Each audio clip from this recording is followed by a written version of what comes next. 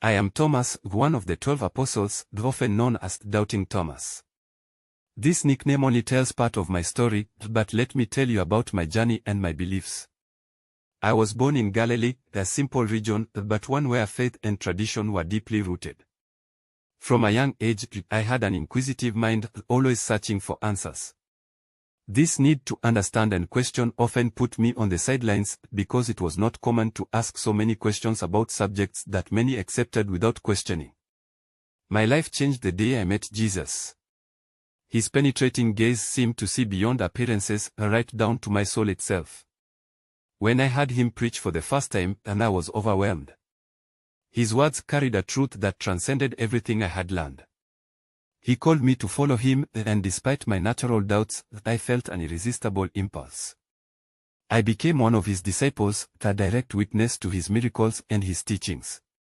However, my faith has always been tinged with questions. I wanted to understand deeply, to go beyond words to fully grasp what Jesus taught. Some saw me as skeptical, but I would rather say that I was passionate about the quest for truth. It was this quest that pushed me to ask a question that few dared to ask.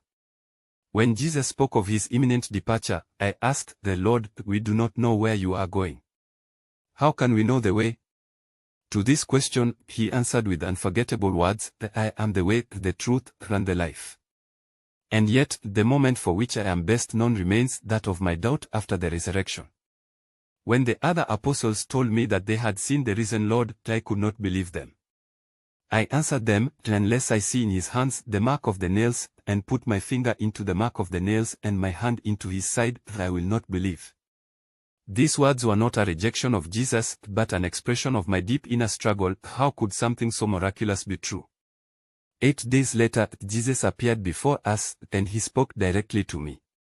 "Put your finger here, and look at my hands. Put your hand here, then put it into my side. Stop doubting and believe."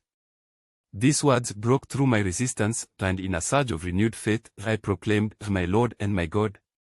That moment marked a decisive turning point in my life. My doubt led me to an even stronger faith, anchored in a personal experience with the risen Christ. After Jesus' ascension, I continued my mission with fervor. According to tradition, I went as far as India to proclaim the gospel. There, I encountered different cultures and beliefs, but always with the same passion to share the good news. I founded Christian communities that still exist today, including the Syro-Malabar Church. My story, that of a man who doubted but believed deeply, is a testimony that faith does not mean the absence of questions, but perseverance in the search for God. My journey reminds us that even those who doubt can become pillars of faith. So I say to you today, seek with sincerity, question with humility, and do not be afraid to encounter the truth. For in every authentic quest lies the possibility of encountering Christ, just as I, Thomas, encountered him.